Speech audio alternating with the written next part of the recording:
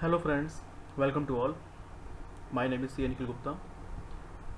आज जो टॉपिक आपके सामने लेके आए हूँ, ये टॉपिक है recovery of interest without issue of show cause notice. As you all are aware कि पीछे फरवरी और मार्च के महीने में काफ़ी सारे नोटिस इशू हुए थे, जहाँ पर ये बताया गया था डिपार्टमेंट की तरफ से कि आप इंटरेस्ट जो है अगले with in 7 days of receipt of this notice जमा करा दीजिए। उसके बाद अदरवाइज 79 में रिकवरी प्रोसीडिंग स्टार्ट हो जाएंगी। काफ़ी ज़्यादा उस वक्त भी हल्ला बोल हुआ था इस नोटिस को लेकर के कि ऐसा कैसे हो सकता है कि डिपार्टमेंट आर्बिट्ररी एक्शन ले सके। लेकिन उस वक्त जजमेंट्स आई थी, एक जजमेंट मैं जो रेफ़र करूँगा और उससे पहले आई थी, और आज एक जजमेंट और आई है झारखंड हाई कोर्ट की। इसके बाद ये टॉपिक थोड़ा सा बन जाता है। आशा करता हूँ आपको ये टॉपिक पसंद आएगा। अगर पसंद आता है तो प्लीज़ लाइक और शेयर कर दीजिए। ये आपके सामने द इकोनॉमिक टाइम्स का 13 फरवरी का आर्टिकल है, जहाँ पर ये न्यूज़ है, start recovering ₹46,000 crore unpaid interest on delayed GST payments.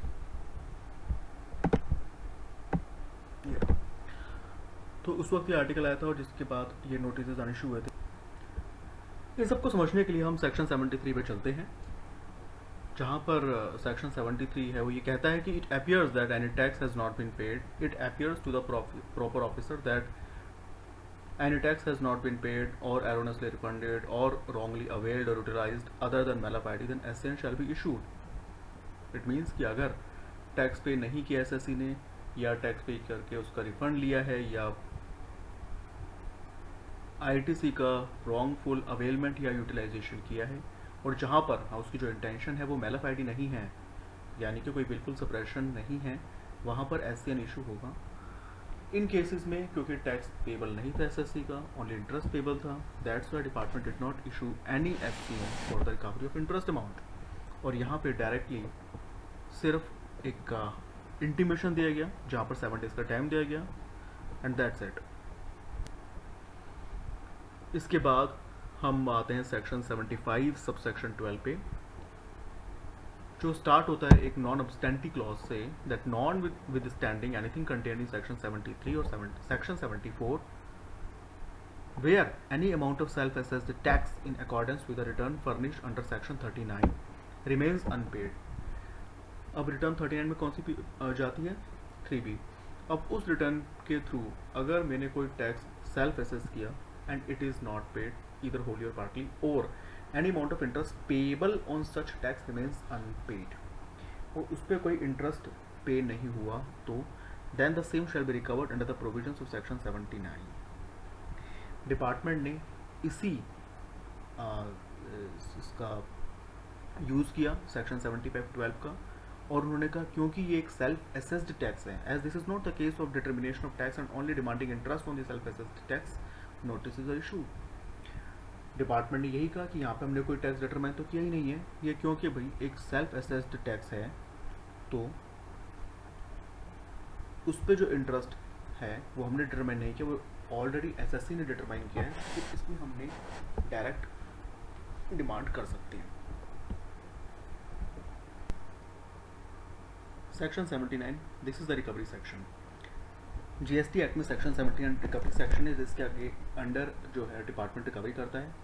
There are several modes which have been prescribed in this section through which department can recover the pending amount. इसी section में garnishing proceedings भी initiate करता है department. Garnishing proceedings क्या होती हैं? Garnishing proceedings refer to legal action where the creditor is allowed to collect the amount from the debtor's bank account. Bank account freeze किए जाते हैं, उनको अटैच किया जाता है।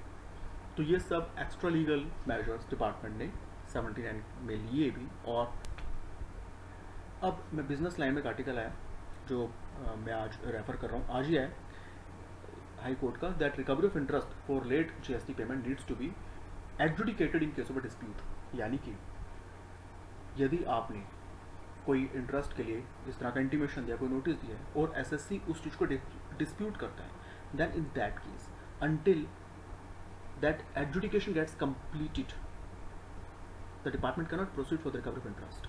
ये है महादेव कंस्ट्रक्शन का झारखंड हाई कोर्ट का केस, जहाँ पे SS ने डिस्प्यूट किया कंप्यूटेशन को, यानी कि जो डिपार्टमेंट ने इंटीमेशन दिया इंटरेस्ट का, उसमें उसने अपनी कंप्यूटेशन करके दिया, उसको लगा कि इतना इतना इंटरेस्ट होना चाहिए, बट SS ने उसको डिस्प्यूट किया because he is not contended with the computation of interest amount. So here it was held that before adjudication gets completed, amount of interest cannot be termed as an amount payable. वो amount payable बनता ही तब है जब SSC उसको accept कर लेता है. अगर SSC ने dispute किया है तो first of all आप 73-74 में जाइए, नोटिस इशू कीजिए, एडजुडिकेशन कीजिए और उसके बाद ही आप रिकवरी कर सकते हैं. यही केस था जिसकी वजह से मैंने इस टॉपिक को उठाया थोड़ा सा, और आपको पीछे केस लॉज में चलता हूँ लेके, जहाँ पे ये मैटर डिसाइड हुआ है. For example LC infra projects private limited, यहाँ पर भी हाई कोर्ट का ही केस है ये, I am not remembering, I think Karnataka high court का केस है. तो यहाँ पर भी यही डिसाइड हुआ था कि प्रिंसिपल ऑफ नेचुरल जस्टिस को फॉलो करना ही करना है, इवन दो शोकॉज नोटिस आपके तो इशू नहीं कर सकते, बिकॉज 73 में it is only the case of tax which if it is remains unpaid then SN is to be issued. But यहाँ पर क्योंकि इंटरेस्ट है, even then principle of natural justice must be followed और आपको issue करना है. इसी तरह डाबर इंडिया का सुप्रीम कोर्ट का केस है. सुप्रीम कोर्ट का आप देखिए वर्डिंग आप कितनी उन्होंने लिखी है, that would not like to hear from a litigant in this country that the government is coercing its citizens of this country to make payment which the litigant is contending not to be leviable. litigant कह रहा है ये leviable है ही नहीं, but government उसे recover कर रही है. Government should take steps but not take extra legal steps. अब देखिए सुप्रीम कोर्ट ने साफ कहा है कि कितना भी हो जाए बट हम ऐसा नहीं सुन सकते लिटिगेंट से कि ये हो रहा है. तो यहाँ पे गवर्नमेंट को उनकी जो भी डिस्प्यूट्स हैं व्हाटएवर उनको सुनना चाहिए और उसके बाद ही एक्शन लेना चाहिए. उसी तरह से एक मैं आपको दिखा रहा हूँ गोदावरी कमोडिटीज का, ये भी झारखंड हाई कोर्ट का है.